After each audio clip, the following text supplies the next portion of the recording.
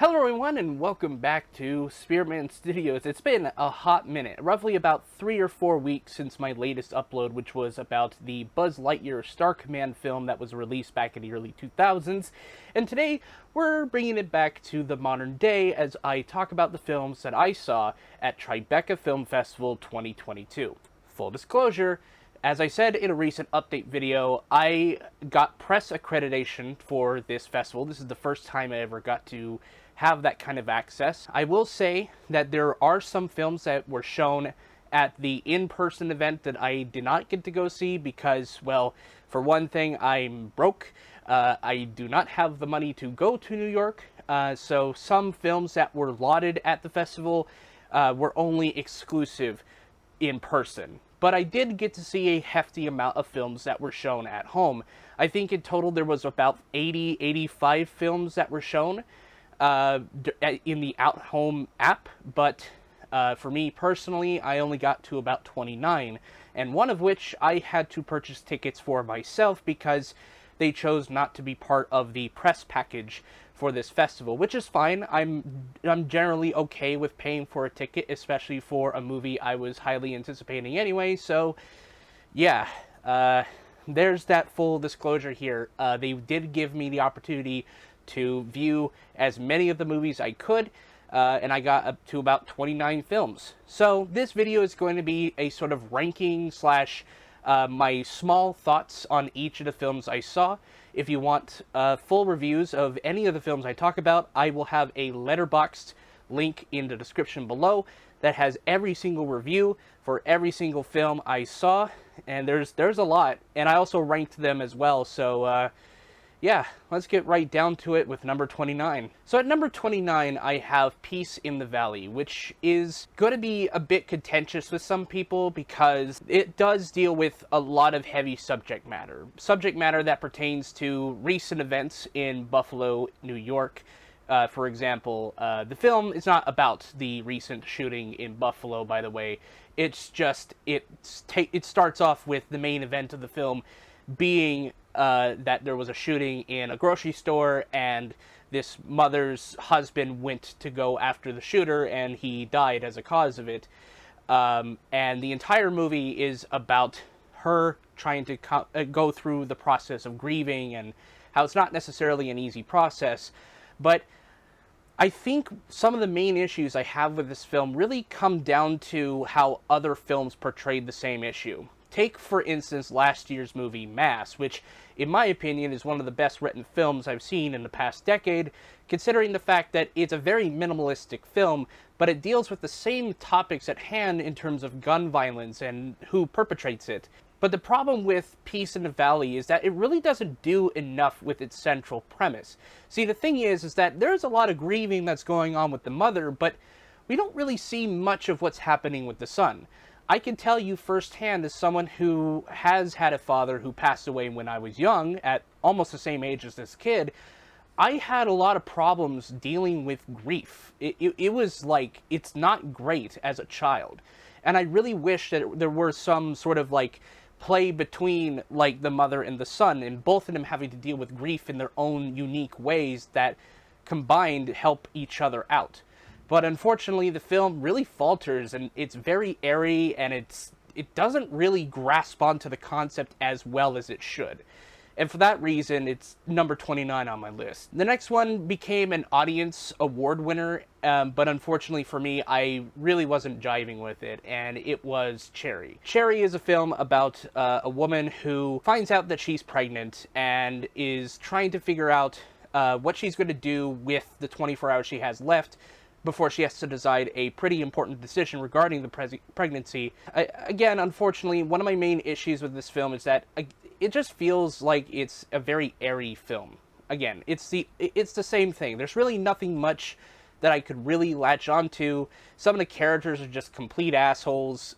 Cherry as a character, I think she's a great character. I think she's a great actress. I just felt that the story was pretty minimal, and it really didn't leave much else to really ponder about. It was just kind of a slice of life film, and I know that'll be good for some people, but the conversation around the film is fine.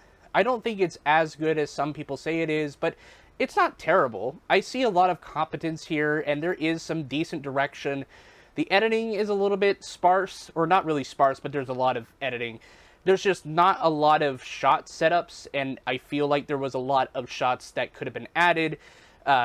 Just minimal shot setups for a lot of scenes, just very minimal. And I get that this is a low budget thing, but you could have added a few other shots, I feel like, to really help hone some of the emotions that are going in through people's heads. That's all I was thinking of. But this isn't bad. This isn't a bad movie. I just think it's not as good as some people think it is. At number 27, I have the film Lift. Now, Lift is a pretty special movie, considering the fact that it's a film that's, well, uplifting, for the lack of a better term.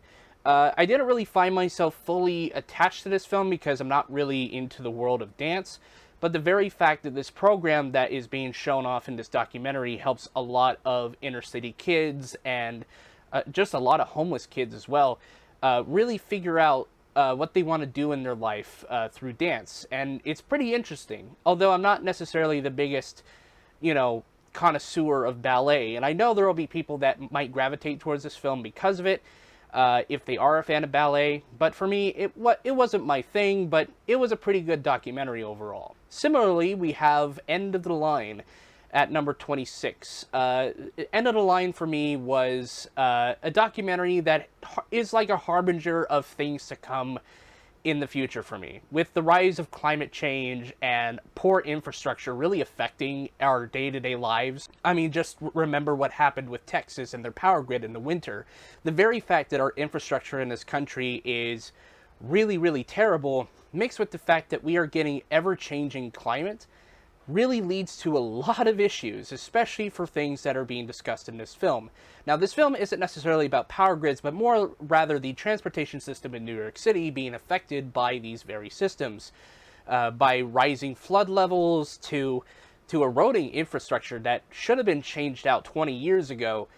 This is a pretty insane documentary with, like, people pointing fingers at, like, whoever. Like, you have Governor Andrew Cuomo pointing a finger at, like, the transit system in New York.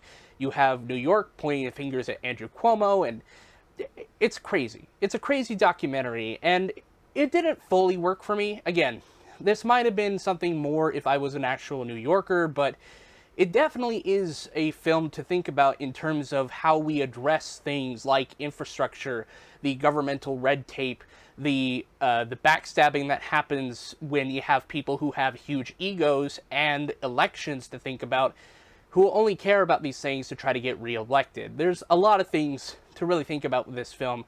Even if it didn't fully work for me, it was pretty good nonetheless. At number 25, we have The Year Between, and from what I've seen from other people's reviews of this film, it's a very contentious one, considering the fact that the main character is dealing with aggressive bipolar disorder. This is a pretty impressive first film, I would think. Alex, the director of this film, also wrote and starred as the main lead of the film, and also somehow got Steve Buscemi to play, like, her dad in the film, which is awesome, I think. Like, for a first-time filmmaker, being able to get Steve Buscemi to work on your film, that's rare. That's a pretty cool thing. And there is some competent direction here. There's some good character writing every so often. The first 10 minutes are really aggressive. Like, you're either going to ask yourself whether or not... you're going to have to ask yourself whether or not you want to continue watching this character because of how much she is an asshole. And, well... And also the fact that this is also a film that has bipolar disorder involved, and as someone who doesn't have bipolar disorder, I can't really, like, discern whether or not this is faithful to what bipolar people actually go through, so I'm not really going to touch that. But it is a film that is going to test your patience, and it will determine whether or not you have the capability to be, fully forgiving and being like, okay, well, let's just continue, see where this goes, right? And there is a pretty decent finale to this movie, but at the same time, your mileage with this film is going to vary on whether or not you like the main central character. At number 24 is A Love Song. I'm sorry, I just think this one's dry. The thing is that I don't mind dry films every once in a while, but this film I don't know. There really isn't anything that happens in it that really warrants a watch, but there is some pretty good stuff I find in it. I think the central actress in the film is really good. I think the story with this sort of lost love thing was pretty decent, but that more or less comes in almost like 60% into the movie, and a lot of the movie is just, it kind of feels like she's like Waiting for Godot, if you know that movie, Waiting for Godot. If you know that reference. It really feels like that at times. And a lot of the shots are just kind of matter of fact. And you know what? I kind of like that. I kind of like that aspect. But overall, I don't see this film as being particularly memorable to me. It's not a film I would love to watch again. I didn't really feel anything with this film. But that's okay. If you've watched it and you felt something, good on you. I'm glad that you got to see something out of it. I quite didn't. At number 23 is A Wounded Fawn. Now, this movie, okay, so the thing with this movie is that it's not particularly great, but it's also a film that has some pretty awesome stuff in it. The story is kind of so-so for a little bit. They do this really weird dump towards the end that really kind of just spells out what they were going for instead of, like, you know, showing a lot of the stuff along the way. I didn't really pick up on any, like, symbolisms or any sort of metaphors that would lead to the big exposition dump at the end with how you're supposed to interpret the film. But overall, though, there is some interesting stuff I like with this. I love the practical effects. I think a lot of the makeup and gore in this film look really great. I think the cinematography and the coloring of this film is pretty unique for this festival, and pretty unique for a horror film in 2022, considering the fact that not a lot of movies really use blood in a sort of like a bright red sort of thing. A lot of blood tends to look more realistic, and this one feels more stylized in a style of something like a Hammer horror film from the 70s. But suffice to say, though, the story is kind of just so-so for me. It's definitely going to appeal more to a lot of horror fans that love practical gore, and there's a lot of really good practical gore. Like, there's a really cool practical, like, shot in this film that really impressed me with how good it is, with a mixture of a puppet and a real actor at the same time. It looked really good. But overall, A Wounded Fawn for me isn't necessarily great, but it is a film that has a lot of great qualities that I really did enjoy. At number 22, I have the documentary My Name is Andrea. Now, this is a documentary about the controversial feminist leader by the name of Andrea Dworkin, who back in the 70s and 80s and 90s was part of the revolution for women's rights in the second wave in the 70s. And she's really controversial. She was a very anti-sex type feminist towards the end of her career, and granted, I'm not going to touch any of that, but I do think that she is a very interesting person to learn about, even if she is a controversial figure within the feminist movement. She is pretty interesting, and most of the film is taken from the memoirs of Andrea, mixed with some archival footage, as well as some recreated shots using actors. It's well put together for the most part, but it didn't necessarily stick with me. I think narratively it's kind of straightforward, but it is interesting to think about in certain parts. But I know that there will be people that love it more than me, so if you find it and you love it, that's good. At number 21, I have God Said Give 'Em Drum Machines. Now, this documentary focuses on the founders of techno music and the rise of techno music back in the late 70s, early 80s, and how it's continued to influence people today, from David Guetta and various other EDM artists. And it really exposes the background of where this came from. It came from Detroit, the leaders of who made it possible. And there's a lot of parallels to history in terms of who really made something popular versus who actually started it, right? And they give an example in the film as, like, rock and roll was part of black music culture, and then Elvis made it popular by stealing from black artists. And so now they also equate techno music made by Detroit's finest, and you know how it goes. It's a pretty interesting documentary if you are a music historian as well as a music fan, and it was pretty interesting to learn more about, because I'm not really into learning about a lot of different music stuff, but it was an interesting film and a pretty fun film at times, with some really great music if you're into techno. I liked a lot of the tracks in it. So if you find this and it's up your alley, go watch it. At number 20, I have Lucky. Now, Lucky is a pretty decent documentary about this person who is a model, a drag queen, a musician, and a lot of things in this documentary may not necessarily work for some people, but I do find the character study of who this person is to be fairly fascinating. There's a part towards the end where he's talking about what his life has fully meant, being threatened with death multiple times in his youth.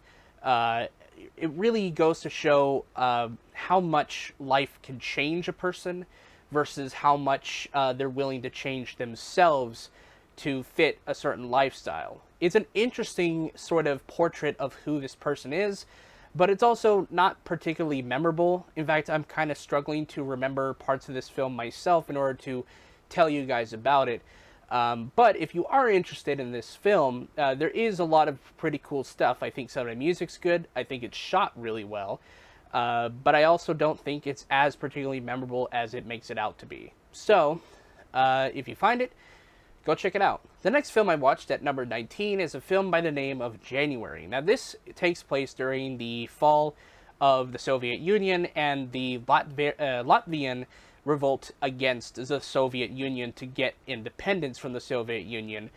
And yeah, I've seen a lot of coming-of-age stories, but none have been as dark as something like January. This is about two aspiring filmmakers who fall in love early on, but it slowly progresses into this really dark void, considering the fact that in this time there were people that were being shot for demonstrating against the Soviet Union, and they especially didn't want people with cameras walking around. So you did have a lot of camera people being violently assaulted by people of the USSR, as well as being shot and killed in the street, which makes the upbringing of our two leads in the film really, really dark. But it is an interesting and funny coming-of-age tale that has a really dark spin that really poses against the backdrop of which this is taking place. And yeah, I thought it was really good. So if you think that's up your alley, check it out if you can. At number 18 is a film called Family Dinner. Now this, my friends, is a very fucked up Easter Sunday. This takes place during Easter festivities, and this girl goes to her aunt's house to spend the weekend with her family. And her aunt is kind of this sort of like health guru type person, and she's like, yeah, I could help you lose weight. And so the film overall has a lot of messaging about body positivity, how people understand their bodies, how far someone is willing to go to have this sort of like natural body that is part of the earth in some ways, in a very messed up reveal scene that I'm not going to spoil here, but it really makes Easter into a really horrifying holiday. And that's something I did not expect to hear from myself during my time watching these films. So if you think about watching Family Dinner, just make sure to not have eaten before. It's a really messed up horror film, even if it's not scary about 2/3 of the time.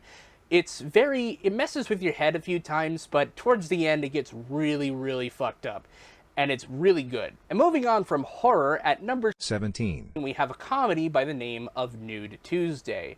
I found this film really, really funny. So the general conceit of this movie is that two people who have loved each other for a long time have kind of fallen out of love, and so as a sort of anniversary gift from the husband's mother, they get sent on a trip to this retreat for lovers who are falling apart. And it's kind of like a sort of like, you know, a retreat for them to try to grow together as a couple. And they find that things are not always as they seem with this particular place. And I find this one really, really funny. If you're into romantic comedies, this might be up your alley. It's also a really horny film at times. I'm not gonna lie, there's some pretty horny stuff in this. It also has Jameen Clement in it as the guru of the camp, and he's also pretty funny in this movie, especially towards the end, with a particular polar bear plunge, as it were. It definitely made me a little bit cold in terms of the environment, but it was pretty cool and funny to watch this scene play out. But if you're into romantic comedies that are a little bit raunchy at times, this will be up your alley. I think this is pretty good. At number 16, we have the film Three-Headed Beast. Now, I saw this film prior to the festival, and it was sent to me via screener, and one of the things that they pointed out was that this was being endorsed by Jim Cummings, who is a filmmaker friend of mine, follows me on Twitter. I love his work. I love Thunder Road. I love Wolf of Snow Hollow, and I really love the beta test. And so with an endorsement from Jim Cummings, I was pretty interested to see this film. I was going to see it already because of the interesting storyline, but I kind of gravitated towards this film a little bit.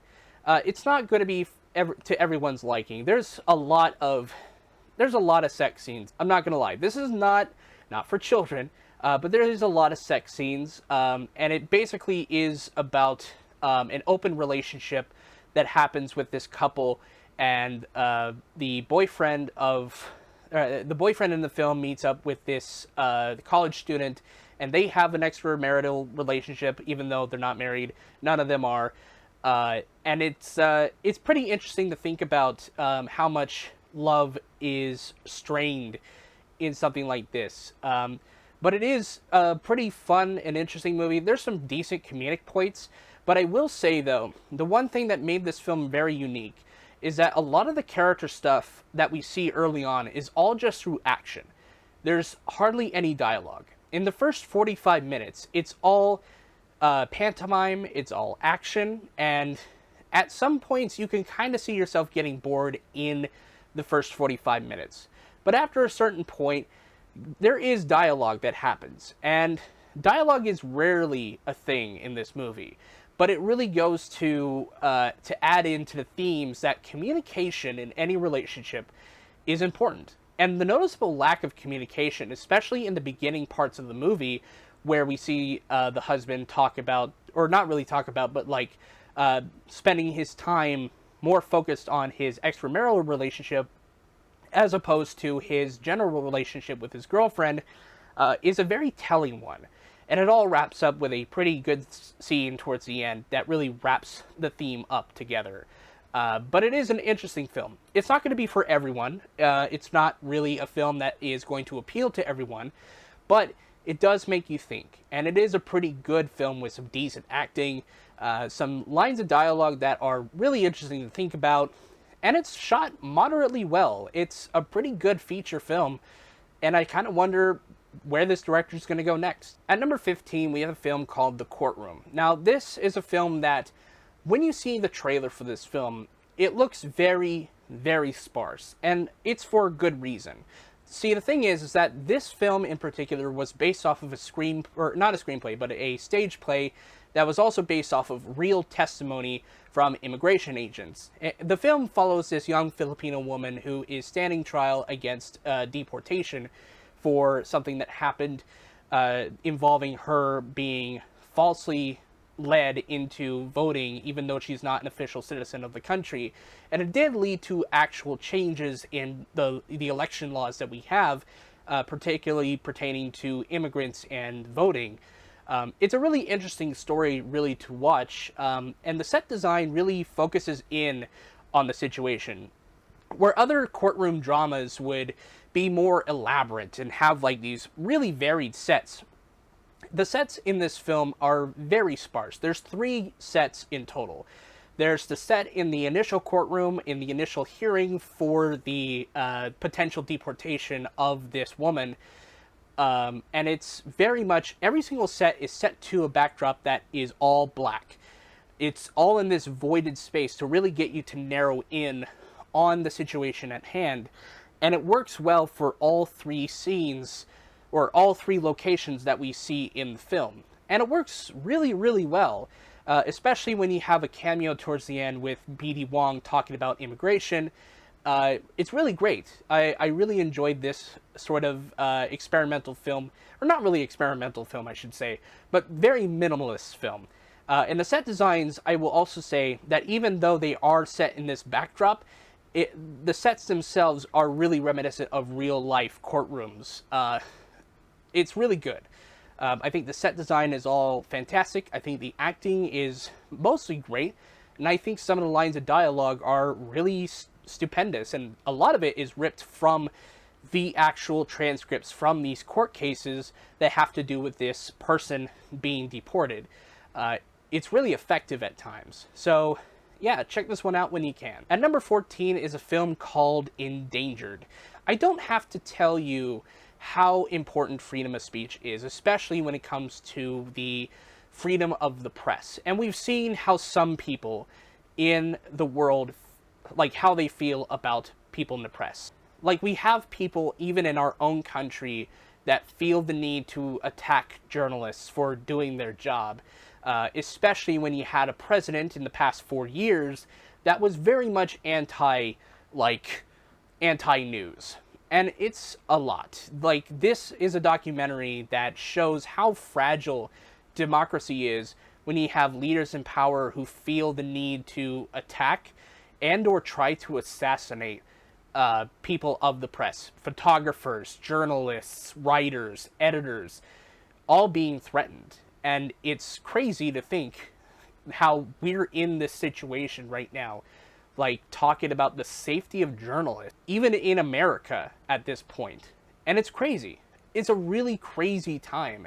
And this documentary goes to show how some of them really are terrified of some of the situations that they're put in. From journalists being verbally assaulted by people like Belisaro, and how journalists feel about Donald Trump and his rise to power, and his continual rise to power during the 2020 election. It's crazy. It's honestly one of the most crazy documentaries I've seen in terms of journalism under attack. But if you have the chance to watch this documentary at some point, definitely check this one out. It's very effective at its storytelling, and there's a lot of really interesting and varied perspectives on the issue. And it's really well documented. It's really good. So check it out when you can. At number 13, we have the comedy or black comedy film Employee of the Month. Now, this film is not going to be up anyone's alley, but I will say this is a workplace comedy in the vein of Office Space in terms of its messaging about workplace culture. But this one takes it more to the level of a feminist critique of office spaces. And it's really funny. There's some really funny relationship stuff between the new intern and this woman who is starting to knock people off in the office. And it's really funny. It's really engaging. And I recommend it. I think Employee of the Month is, again, it's not going to be up everyone's alley. But it is a really funny black comedy that really talks about the issues in the workplace of the modern day with people not getting promotions when they really should. It's a really funny film, and I hope you guys enjoy it. At number 12, we have the hockey film Breaking the Ice. Now, this is a film that, once again, is not going to be up everyone's alley. But to me, I feel like the relationships that are shown in this film, the emerging sense of like same-sex attraction for this all-female team of hockey players in Germany is pretty cool. I really like the main actress. She is great in this film. Her character has a lot of issues working with new characters. She has a need to hold everyone accountable by following all the rules, and by the end she kind of learns to like work with others and to really kind of like test the rules out, as it were. Especially when she's doing a lot of cross-dressing later on. It's interesting to think about. And the hockey sequences aren't necessarily bad. I think they're pretty much well shot for the most part. But it's not necessarily going to be the most memorable hockey film. But it is a really good film. It has some good characters. Parts of it are really funny, and some of it is pretty depressing in terms of how we treat others. It's pretty good. I think it's a pretty good movie. Not going to appeal to everyone, but it is a pretty good film with a pretty good romance just a little bit towards the end. But yeah, I thought it was okay. Breaking the Ice is okay. So at number 11 on my list, I have The Lost Weekend, a love story. And this is a story about May Pang, who was an intern, or rather an assistant, to John Lennon and Yoko Ono during the 1960s. And at one point, she has an 18-month affair with John Lennon that helped expose John Lennon to a new world of possibilities. And it's a really funny and heartwarming documentary about love and how it changes people. It's a really good documentary for the most part. If you're a Beatles fan, this might be up your alley. And if you don't like Yoko Ono, you're not gonna like Yoko Ono in this either. This is a very anti-Yoko Ono type film. And it's told from the perspective of May Pang, who to this day has a relationship in terms of a friend relationship with John Lennon's son, who she helped get back together in touch with his father, John Lennon, which is pretty cool, honestly. And she's still friends with the first wife of John Lennon to this day. But she is a really interesting character, and just how much she was involved in John Lennon's life, the amount of time that she was with John Lennon, is pretty astronomical and just fantastical, the amount of things that she got to do. Especially meeting people like Alice Cooper, David Bowie, being part of the famous Christmas track by John Lennon. It's pretty awesome. And so now we get to the top 10 films I saw from Tribeca. Pretty much all of these could be done in any particular order, but these are my 10 favorite films from the fest. At number 10, we have Chop and Steele. Now, this is not a film about Chop and Steele. Rather, it's about the people who made Chop and Steele. Now, if you don't know who Chop and Steele are, there were these comedians, these practical jokers who would go on to national television creating different characters for these local news stations and kind of making fun of them. Because like a lot of these news stations would just bring anyone on. So these two comedians would go into different local stations and just have some fun with it, creating new characters and really just like, you know, taking the piss out of like local broadcast television. That is until there is one time where they performed as Chop and Steele and were taken to court because of their rambunctious nature. It's a crazy documentary, and it also goes into the stuff that they were doing prior to the pandemic, which was things like showing people around the country these like VHSs that not a lot of people really watched, but are just like this sort of like lost media. It kind of reminds me of Mr. Show in a little bits and tastes, but it's a really funny, enjoyable documentary about two friends who just had a good time taking the piss out of other people. I thought it was really funny. So at number 9, we have the thriller by the name of Rounding, when a former nurse of a hospital is sent to this rural hospital to try to get reacquainted with the medical field. He finds a patient with asthma who is starting to develop some other symptoms, and he wants to like figure out what is causing this mess. And it ultimately becomes a film about failures of oneself, how we treat others in the medical field. It's a pretty interesting film overall, and there is some moments where the film doesn't necessarily have the best pacing, but overall it does have a general sense of just how exhausting the general environment of medical practice is, especially for nurses who round. It's crazy. It's a crazy film that has some good performances and a really tight grip on direction. I think this is a really well-directed horror thriller that is really well done. And yes, there is some things that don't necessarily get explained, but it is a film that makes you think about like the general practice of healthcare. What does it even mean to give someone the best possible care, especially those who are in deep trouble that ask for something that is unimaginable to most people? So yeah, it's a really good film that has really good performances, especially from the lead actor, and the director is well on point. I'm interested to see what else this director will do in the future, and I'll keep him in the backlog of my mind when talking about other directors. At number 8, we have Cooper Raif's second film, Cha Cha Real Smooth. Now, his prior film, his first film, Shithouse, is a general favorite of mine. It's a film that takes the idea of a college film and really makes it into a film that is not like a lot of other college films. It's a film about love, which is kind of generic, but it's also a college film that I find the most realistic in terms of its approach to how modern day people view college. It's honestly a really awesome first feature, and I highly recommend people go watch it. But Cha Cha Real Smooth, even if it doesn't follow the same characters, I feel like is a spiritual sequel in the growing or the growth of this particular filmmaker, going from college and then trying to figure out what you're going to do after college. That is something that is pretty interesting about Cooper Raif's character in this film. This film also boasts Dakota Johnson as this mother who has who's trying to take care of her daughter, who gets into a sort of friendship with Cooper Raif's character, and it's ultimately a film about trying to figure out who you are and how sometimes even as you're going out of college, you still don't know who you are. And that to me is fairly relatable, especially to me because I graduated like 4 years ago and I kind of still don't know who I'm going to be.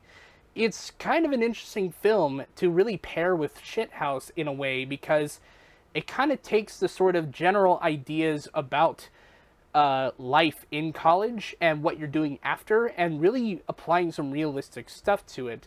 The film also is really funny with some pretty good performances, and I will say it's fairly enjoyable. Definitely check this one out when you can. I think it's on Apple TV at the moment. So yeah, if you're interested in Cha Cha Real Smooth or Shithouse, definitely check them out. They're really good, and I'm excited to see what Cooper Raif has up his sleeve the next go around for his third film. At number 7 is a documentary called The Story Won't Die.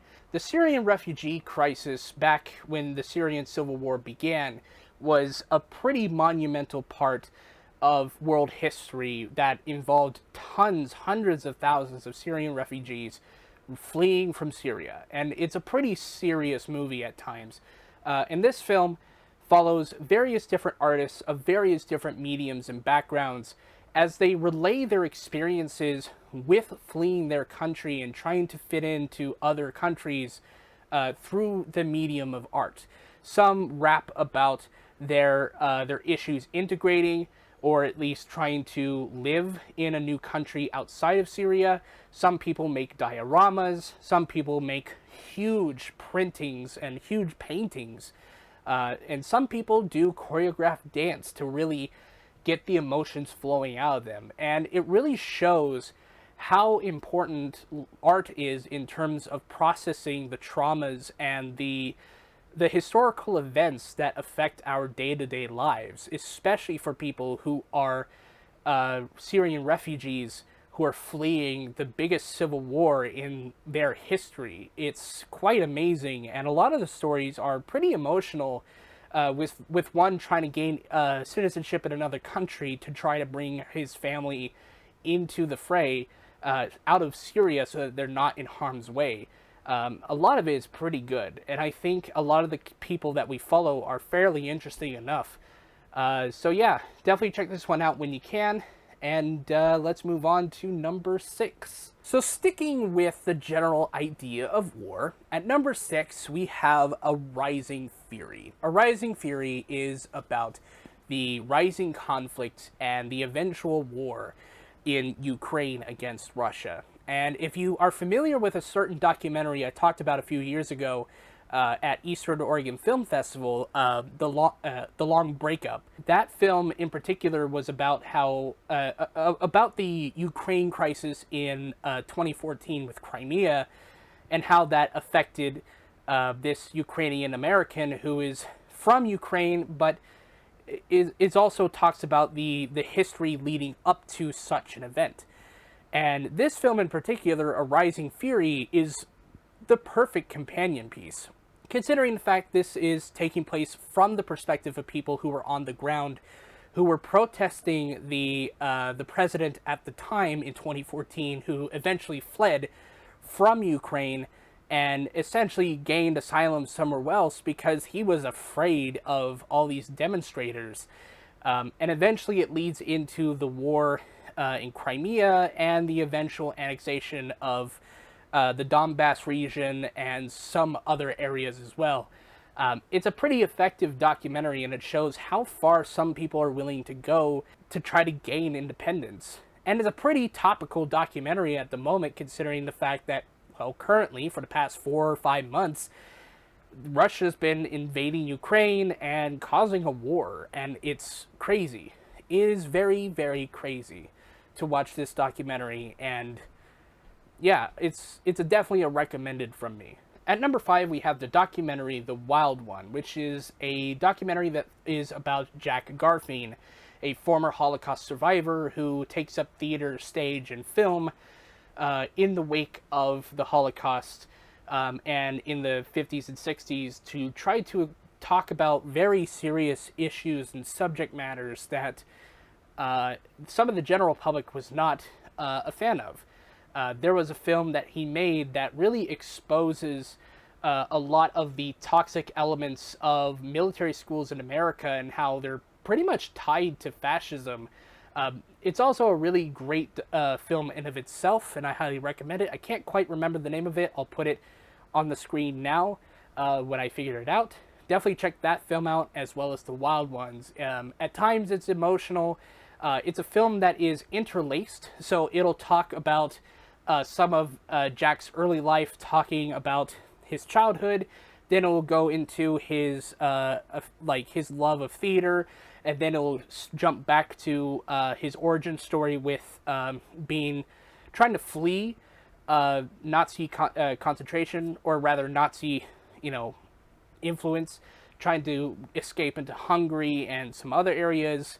And it's intermixed, and it tells the story very thoroughly, and it's really impressive. There's a lot of really great speakers in this. There's a lot of really great essays that could be written about this, and it's a really well-made documentary. It's shot well.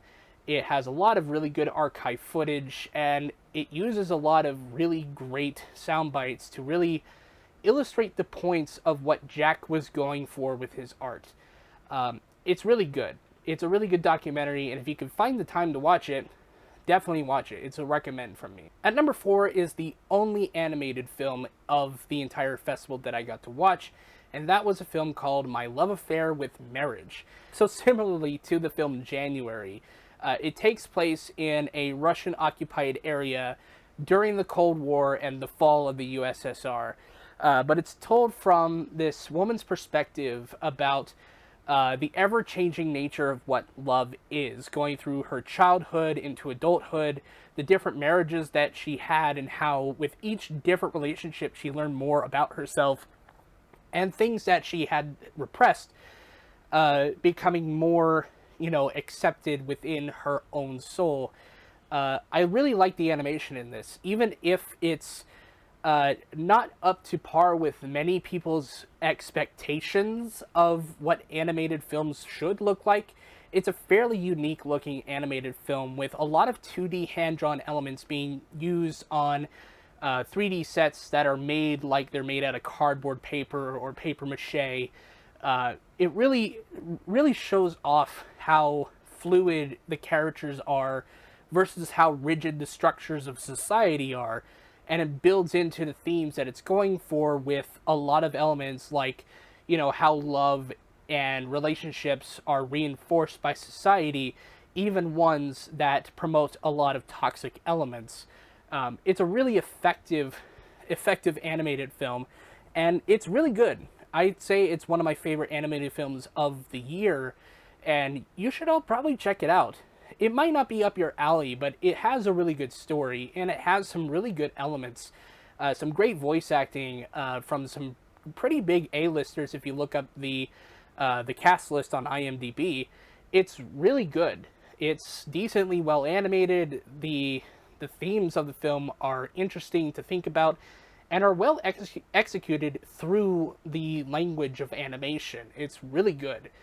Definitely recommend it. At number 3 of Tribeca International Film Festival is the film Jerry and Marge Go Large, which, funny enough, it came out both on the Tribeca at Home app and Paramount Plus the same day, which is a film about the real-life story of two elderly people who saved their town from economic despair through a loophole that Jerry finds in the windfall lottery and ends up getting a total amount of $27 million throughout the entirety of his whole run doing this windfall affair. It's a fairly light and fluffy comedy, but it's nonetheless effective because I really love the dynamic between Bryan Cranston and Annette Bening. Jerry and Marge in this film are a really loving couple, and I really love Marge too, and her tenacity and being like, you know what, we're old, we're retired, we can't really do much, but you know what we could do now that we couldn't really do when we had kids around and we had jobs? Well, we could do crazy shit like, you know, try to get a lot of money through the windfall thing. And the relationship is just so cute. Again, the chemistry between Bryan Cranston and Annette Bening is really what the heart and soul of this movie is about. It also has Larry Whitmore and Rainn Wilson in this film, as well as one of the actresses from Pitch Perfect, which I'm happy to see again. She's a great actress, and I've missed her ever since then. But this is a really funny, if not a little bit fluffy piece, but it is a really interesting story when you learn more about it through research. It's really good. It's a really heartwarming story, and it's really cute. It's really funny. That's all I really have to say. It's one of my favorite films of the year so far, and it's one of my favorite films of the festival period. At number 2 is Butterfly in the Sky. Just from the title alone, without looking it up, you already know what it is. If you know anything about public broadcast television or PBS from the 80s into the 90s and early 2000s, you will know of a show called Reading Rainbow, which was hosted by LeVar Burton for 20-something years. And it's a show that has affected many people's lives. I mean, if you talk to a millennial or anyone older, they will definitely like sing with you if you start singing the opening notes of the song. It's a show that impacted so many people, but just how much it impacted people, I didn't quite know until really watching this documentary. And it's really effective. Just having LeVar Burton, who had previously had been on Roots and was a pretty big success as an actor, who originally didn't even want to be an actor. He was a person that was approached by the makers of Reading Rainbow and was like, you know what, let's do it. Let's do one season. And then it quickly took off. And then, of course, from there, he got to be on Star Trek The Next Generation. And the impact of the show itself got so many people to read. And I'll be honest, when I was in second grade, we were shown Reading Rainbow, and it also got me to learn to love to read. Now, granted, nowadays, I don't like to read as much. My time is more spent doing other things, but every once in a while, I love picking up a new book and really checking it out. And it's, I think, because of shows like Reading Rainbow and Between the Lions that I really loved reading, you know? And speaking of all that kind of stuff, I should probably do a video at one point talking about all the early childhood shows I used to watch. That would be pretty fun. But there is one moment in this film, and everyone likes to say that the perfect trifecta of public broadcast television is Steve Irwin, Bob Ross, and Mr. Rogers. But there's a conversation between Mr. Rogers and LeVar Burton that is so effective. It really made me cry. The very fact that Mr. Rogers, who was a very sweet person in real life, really recognized game with LeVar Burton. Him saying, you know what, you also bring the world a lot of kindness. And it's like, it's so good. It's such a good piece of media to throw into the documentary. And again, this film is fairly straightforward. It's fairly rudimentary with how it talks about reading Rainbow, but it's a documentary that is effective nonetheless, because you notice how effective this show was and how there were multiple times that the show was threatened to be canceled because of governmental interference trying to cut the budgets of public broadcast television, especially during the Bush administration. It's crazy, especially when we get to the early 2000s and how Common Core education had affected broadcast television, especially public broadcast, in saying like certain shows like Reading Rainbow was not basic enough. Like, that's the most crazy aspect about all of it. But aside from that, Butterfly in the Sky is a really effective documentary, and I would love for you guys to watch it when it comes out. I'm pretty sure it'll come out on HBO Max or some other location. I'm not entirely sure, but you should all check it out if you're a fan of Reading Rainbow, or if you're interested in media documentaries.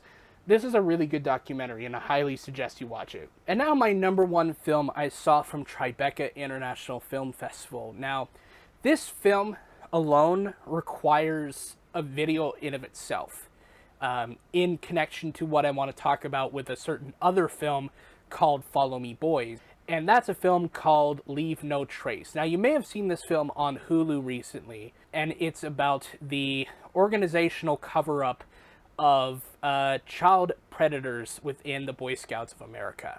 And this is a film that really hit closer to home to me than I realized. Like, personally, I was a Boy Scout. I grew up as a Boy Scout. My dad was a Scout.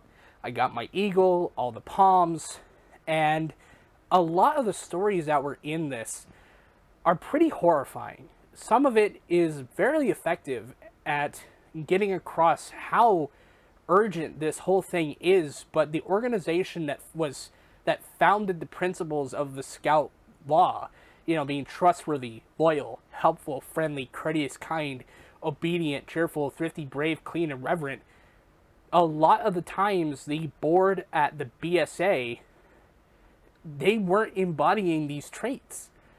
And it's a very systemic issue that has effectively killed a lot of membership within the organization, just based on the fact that they knew for decades who a lot of these perpetrators were, but did nothing. That is some scary shit, especially to someone who was a former Scout, that at any point I could have been a victim myself because of the cover-ups. It's crazy. It is a crazy documentary that really reshapes how we think about organizations like the Scouts of America. Like, it's crazy. And it also addresses a common issue where, you know, like, the BSA will, like, you know, kick out gay people because they fear that they're pedophiles or groomers.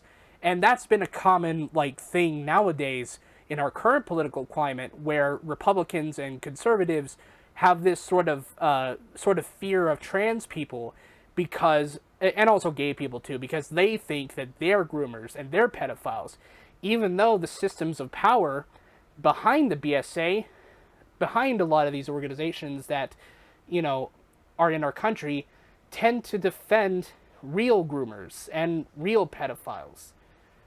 Just moving the scapegoat onto other people.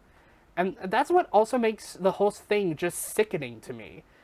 Just how much people are willing to defend these people who actively groomed or assaulted people in this program. And again, I could talk at length about this film and how it ties into my experience with the Scouts and how all this other stuff, but it's going to have to be a video for another day when I cover Follow Me Boys, because this is a crazy documentary. Just the amount of bullshit that the Boy Scouts of America had peddled for years in their marketing, in their public relations, and it's just, it's a crazy documentary. I want to talk more about it eventually in the future, but for now, check it out on Hulu. It's a worthwhile documentary, and it's definitely a recommend from me, and it's my favorite film from Tribeca 2022. And that's it, everyone. That is my video on all the films I saw at Tribeca 2022. I want to say once again to Tribeca, thank you for allowing me to have complete access to all the films at home. I want to say thank you to all the filmmakers that were selected, that made these films possible. And a lot of them were pretty good. And yeah, that's all I really have to say. And thank you guys so much for watching this video, and I hope you guys enjoyed it. And hopefully next time we get to do something a little bit more normal. I've been Nicholas Jennings, and thank you for watching. Peace. I really need a water. God damn.